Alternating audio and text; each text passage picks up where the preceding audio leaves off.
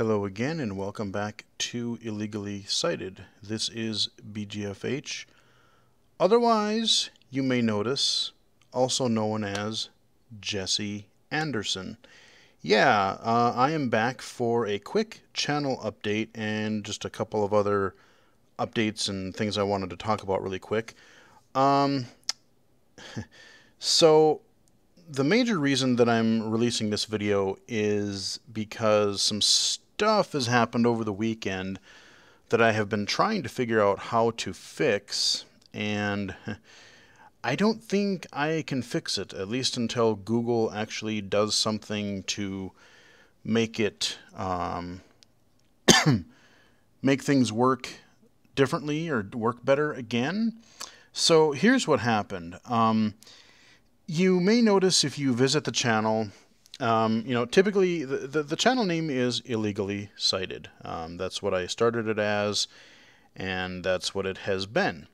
However, Google Plus likes to invade itself as much as I can, and I've been able to hold it at bay for the most part until now. You may remember, if you've been a subscriber to the channel for a while, a year or two ago, I did a quick video on a little tip on how to disconnect said Google Plus account from your YouTube channel should you need to or want to be able to have them separate. Yeah, well, apparently that doesn't seem to work anymore. You're supposed to have a disconnect option. I've gone through forums and Google help pages. I've chased my tail. I've gone around in circles for off and on for a few hours yesterday to no avail, and basically I am stuck. My Google Plus account with my real name has actually been connected with my YouTube account, and so now when you look at on the left there, if you see I have my regular, I have my channel page here, everything is still the same, but the channel name, the heading says my name instead of Illegally Cited. I don't have a problem having people know my real name. I don't necessarily have a problem with that. I mean, a lot of people do that, especially people who are, in the tech and gaming industry. They don't go by weird handles or anything like that. Or they'll do both. They'll have a handle and then they'll have their real name depending on what they're doing. And as I'm starting to get into more of the, real accessibility stuff, as far as like VR accessibility and trying to advocate for game accessibility and all that kind of stuff, I don't have a problem having my name out there. But what I have a problem with is, honestly, Google's kind of lack of real human support in some areas. And some of their account management stuff is really a pain in the ass, I really have to say. Like I said, this happened early yesterday morning. I had Monday off, and so I was working on some stuff. And it happened early yesterday morning, and I spent off and on like all day yesterday trying different things, trying to figure things out. Like I said, I actually emailed a different area of Google just because, like, sometimes depending on what Google product you're using, like if you're using Google Play Music, or if you're having a trouble with an Android tablet or something, you can get phone, chat, or email support for some of those things. But for some of the stuff like YouTube, you go to their support area, and up in the upper right hand corner there's usually a thing that'll say like, contact us or whatever, and all it gives you for that is go check our forums. Well, that's been really helpful. I've found several threads on Google's place and Reddit and all kinds of other places where basically basically people are having the same problem or similar problem that I'm having, and you can't change like your Google, like there was a fix where they said like you can change your you change your actual name, like I could put like Illegally Cited in my first name and just put a period in my last name, and then it would ignore the last name. But then if I were to order a Google product or something with billing, or maybe have it shipped to somewhere, I would want it to ship to my name, not my. So it's just a freaking mess. And what's really frustrating is that you have something so big and so popular, so well used as YouTube, It would be really, really helpful to have some form of like actual Google support. Let me zoom in here. I'm going to use my magnifier really quick, just to show you what a kind of a mess, kind of a clusterfuck this is. I have my account here. I have another illegally cited account that I somehow accidentally created when I was trying to do something else with Google Plus like months ago, probably a year ago. And there's also some other one that's like, that one disappeared. I don't know where the heck that went. But I had like another account, so I have my, 500 and some subscribers here on this account, and I have nothing here. I don't know how to get rid of this one without accidentally getting rid of my main one. There's another one that I used to have that was there, but then it, like, yesterday it somehow disappeared.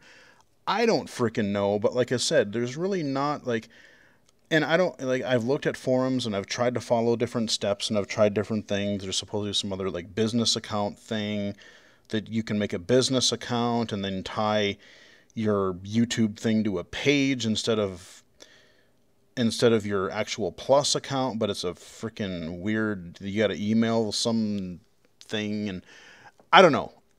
Basically what it comes down to, the channel is still going to be illegally cited, and that's what I'm going to refer to it as in all my videos.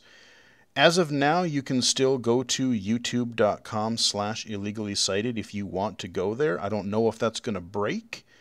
I don't know if eventually that's going to end up going away and you'll have to go to youtube.com/Jesse Anderson. I have no frickin' idea. But anyway, you can still find it.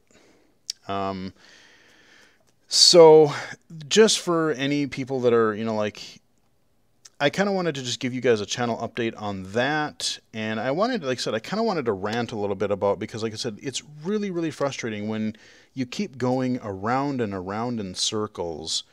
The options that are supposed to be there aren't there, and you really don't have, I mean, yes, you can ask other people on the forums, but like, this is a situation where, I even tried contacting Google, like Google Chat in a different product area that had chat support, and I'm like, well, maybe I can get them to coax me into like giving some other like secret email address or phone number that I can figure out what the hell's going on.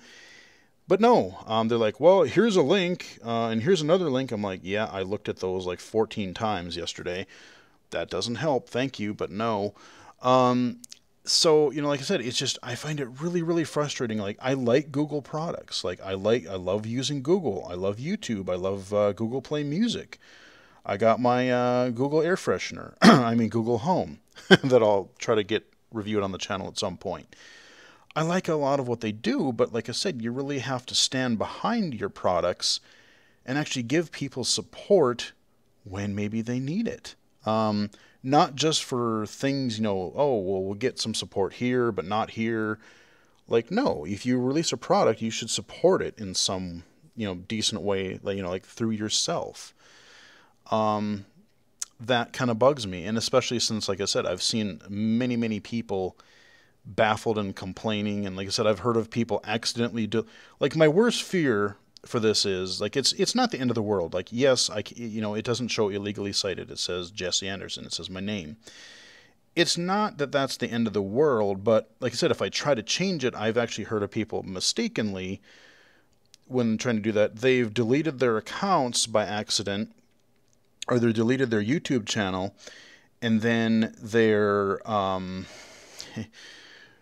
all their videos, all of their playlists, everything is gone, and Google really would not help them get it back. All because, like I said, they wouldn't help you through this goofy process. And I have no idea. It's kind of like Facebook and their privacy settings, which I'm glad I really don't pay much attention to Facebook these days. Is, they're always changing, and it's kind of a thing of like, managing an account shouldn't be that complicated. Like, Nintendo had something similar where they had like you had your Nintendo ID, and then you had your your Club Nintendo account, and then you had this other thing like a Wii U ID and a D. Finally, they're looking at, like, they're using like a unified system. And I guess that's what Google was going for with Google Plus, but it kind of failed spectacularly. A lot of people didn't really, Google Plus never really caught on, and people didn't want to use it. And, you know, by that time, people had built brand and channel identities with YouTube and things like that. So, yeah, they wanted to keep that separate, and they didn't want to be like, oh, well, yeah, I can register my email address as my name, but I want to be able to, you know, it's just like if I ran a business, I wouldn't call my business Jesse Anderson. I would call it whatever the business name was. I'm an employee or I'm the founder of the business, but I don't know. Like I said, it's just super frustrating. Like, account management shouldn't be this complicated. It shouldn't be such a pain in the ass to do. And if you're going to have products, you should support them, not just the ones you feel like supporting. Anyway, I'll end the rant there. But you notice on the right-hand side, I also have another tab open for you to peruse. I wanted to originally record another video for you guys, try something new. If you follow me on Twitter, Twitter at BGFH79, by the way, if you follow me on Twitter, you may have heard me mention a VR app a couple of different times, and I've actually, I've kind of sent a message out to Oculus to see if I get a response, and nothing happening. There's an app that I heard about a fair while ago called Notes on Blindness, and it is a VR app. It's primarily audio, but there are some sort of light visuals to it, like kind of like how the echolocation in some of those other games that we've covered on the channel before, where you're playing a blind character, and it's dark, but then when you hear something, you kind of see an outline, or maybe you see like, oh, there's a wind blowing through the trees, so you can kind of see an outline of a tree or something happening, that kind of a thing. But this Notes on Blindness, it was originally, I think, for Gear VR. And then I found out recently that it also came to just Android and iOS via an app. And on the right-hand side, you see I've loaded the App Store page on the internet. Just look up Notes on Blindness on your iPhone App Store. You can play it as a flat screen app if you just want to watch it like a movie. But you can also do it in VR. So if you have Google Cardboard or something like that, you can also play it that way. And then you can kind of look around 360, and like the sound will kind of pan around with you and everything like that, which is cool. Problem is, so I was going to do a video where we kind of go through it together. That was my plan. I got everything else set up and whatever. Here's the problem. So this particular app, Notes on Blindness, the only way that you can hear it is with your phone itself or with wired headphones. So Bluetooth headset doesn't work, nor does nor does AirPlay.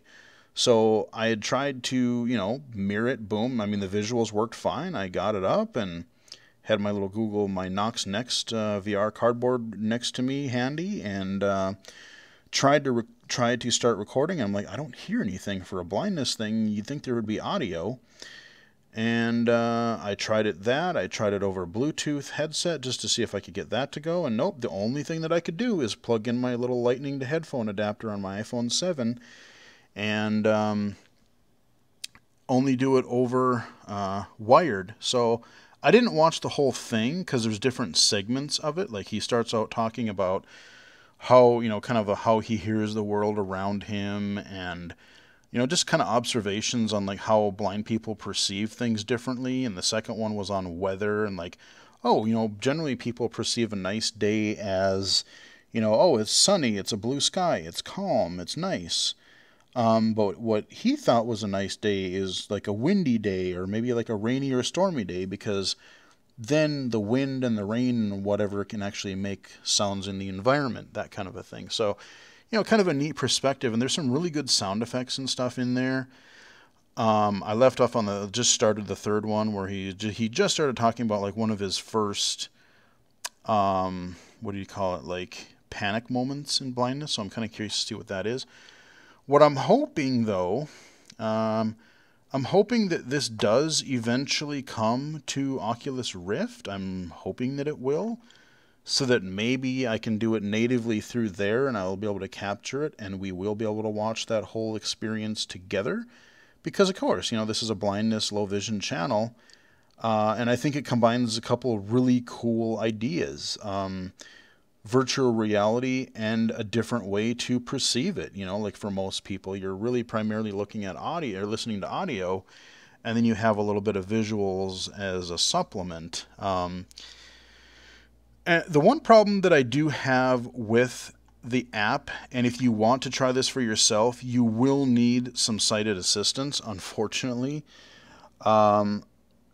I'm almost thinking about writing a review just to be like, hey, here's a couple suggestions for you guys. When you start the app, you have to choose, it'll say loading and whatever, and it'll say like, hold the screen. But that's really small print. And if you're blind and you want to hear what this app is like, you need sighted assistance to do it. Then you need to choose, do you want to use like on your flat screen, on your phone, or do you want to use a Google Cardboard? You tap one of those. And then you're good for a while. The first scene was all right, but then the second one, instructions again popped up in the middle of the screen, and I just found out by experimentation, because again, it was really small print when I was under the cardboard headset, where I wasn't able to read what the instructions were, and I just kind of sat there for a minute or two going, nothing is happening. It turns out if you hold your finger on the screen, the wind picks up, and then you can look around and see what kind of sound it generates. So, again, a blindness sort of thing, those things I think should be narrated. So if someone who is totally blind or has low vision wants to experience this app, they really could. You could almost maybe if you had voiceover, or you could, or when you start the app, you could do a gesture. There would just be an audio thing that says, if you can see the screen, swipe to the right. If you cannot see the screen, swipe one finger to the left. And then you could turn on like narration or no narration, for instructions. But so yeah, unfortunately, I'm not going to be able to show this Notes on Blindness app to you. I thought that would be a really cool combination of blindness and VR thing that I could show you guys or go with you guys on the channel. But alas, I cannot, at least right at the moment. So kind of a bummer. Just a couple of things that are rather annoying lately. But all that said, nothing as far other than the name change for the channel, or like the way it'll show up in some cases. I'm still going to refer to it as illegally cited. I'll probably throw my my name in there just more often in future videos, just to kind of mix it up and kind of make it more consistent, unless I can figure out how to get it back to the old way. I have a whole bunch of videos already recorded, in my usual way, so you're going to hear, illegally cited, BGFH, all that kind of thing.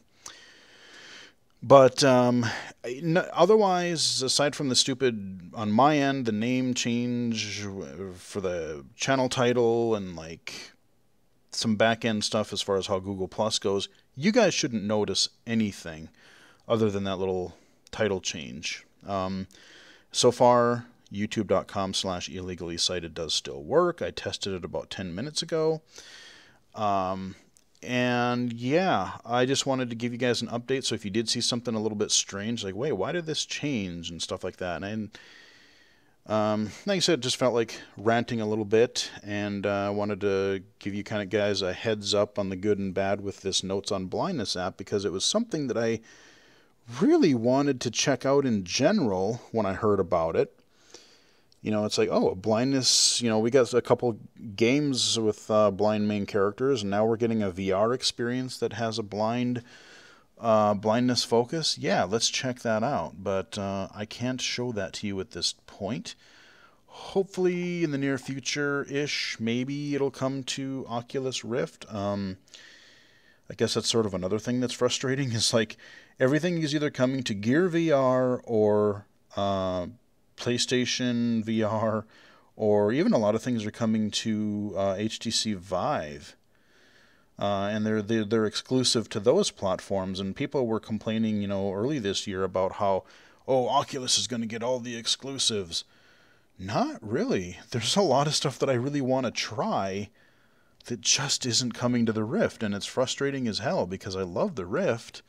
And I know once some of the motion controllers, like the touch controllers, come out, maybe some of the other stuff will start. But even some of the stuff, like they put some